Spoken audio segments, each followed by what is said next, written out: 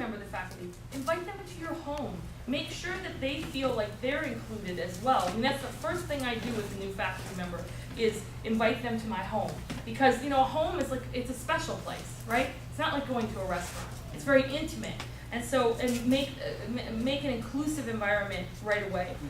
I also, and this kind of goes back to the children comment, but I think an environment that welcomes children for women of color is really important. You should never, ever have to feel guilty about bringing your child to an institution of higher education. We're supposed to care about that, right? We're supposed to care about young people. So I've been very blessed in that I have had deans who have welcomed me in terms of bringing children and my child around.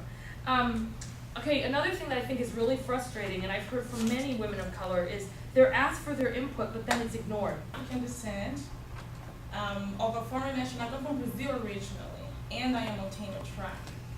And when I came into the U.S. as a student. I was a freshman in college, and I graduated, and I went to do my master's, my PhD. And once I graduated from my PhD, I said, well, now I have a PhD, I can basically get a job anywhere I want to get a job. And I was interviewed in one particular school in North Carolina. The interview went great. They loved my portfolio. They loved the fact that I was young and got PhD, not ABD, but PhD. The department had accreditation, discipline-specific accreditation, so they wanted me to be in the department. Until the HR got the recommendations on the desk, and they realized that I was a foreign national. And at that time, I had OPT, which is an optional practical training. It's a type of visa that's given to foreign workers. Once they graduate from a university in the U.S., you get the OPT, so you can work in your discipline for 12 months. And after that time, you can apply for the H-1B, which is the work visa.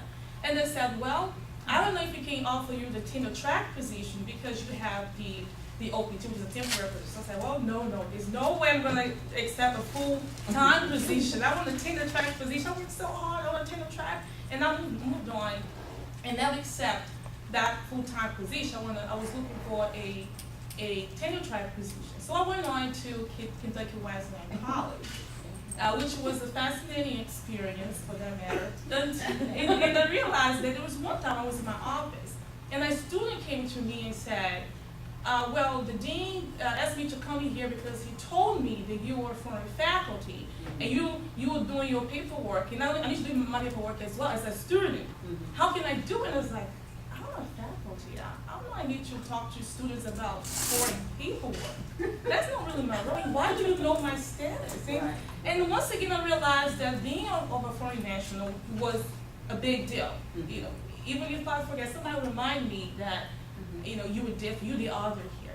And I stayed there for a year. I soon stopped applying for another job, and I moved on to where I am today in Georgia. And during the interview, I was told about one of the interviewers what I like about being a foreign national. You know, it's the fear of perhaps not even, they not being willing to even work with you with the process, and then you had to perhaps go on and find another job. And three, it's more on the policy side, is a lack of, as the number of foreign nationals, foreign faculty of foreign nationality grows, the policy is not moving, it's not growing, it's not changing as fast as the number of foreign faculty members are growing. So they ended up with this bunch of applications to process the paperwork, but they are not making easier or making the process faster to accommodate the foreign faculty. So definitely in terms of solution, number one, I think there should be more collaboration between the U.S. colleges and universities and the government to understand, you know, how we can make the process easier. Because at one point, they need to have the faculty, qualified faculty in place. On the other hand, there is some barriers of communication and barriers of understanding of the time sensitivity of the building schedules in academia and things like that. Number two, in terms of solutions, more financial support for the immigration petition of qualified foreign faculty. I think that both the faculty and the university benefit from that particular experience, and why it's only the faculty responsibility to pay for all the costs.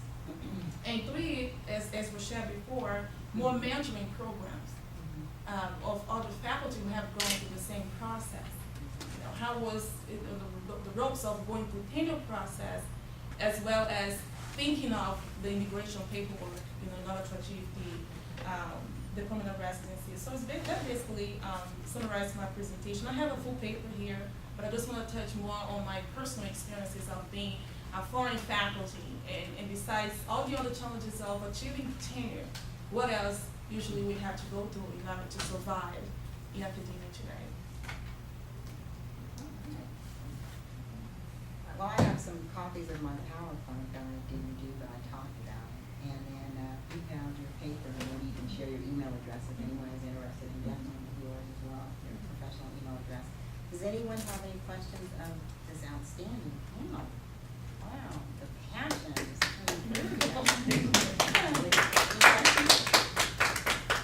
I have one. It was interesting that Mary Beth is very comfortable talking about her chair.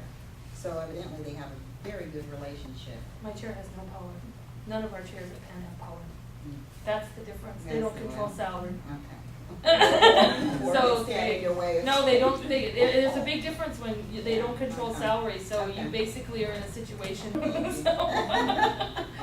Yes, ma'am. I apologize for being late, I had to take care of some business, but I would like a copy of your PowerPoint. But I was gonna ask Juliana, I believe, Ms.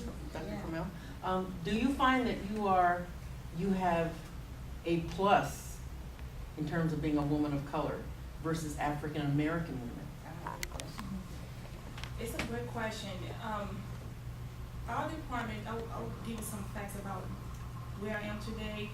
It's only me as a foreign national. We have African American woman, two African American women, and one African American man in the chair.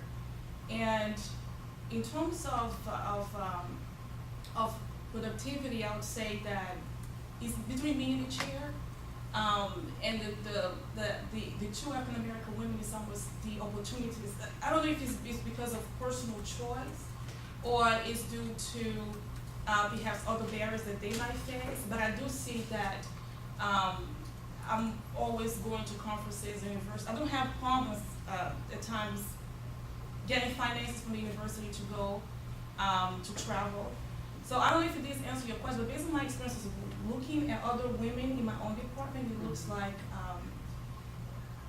I guess because I'm so much aware of being a foreign national that I try my way around to get things done for me.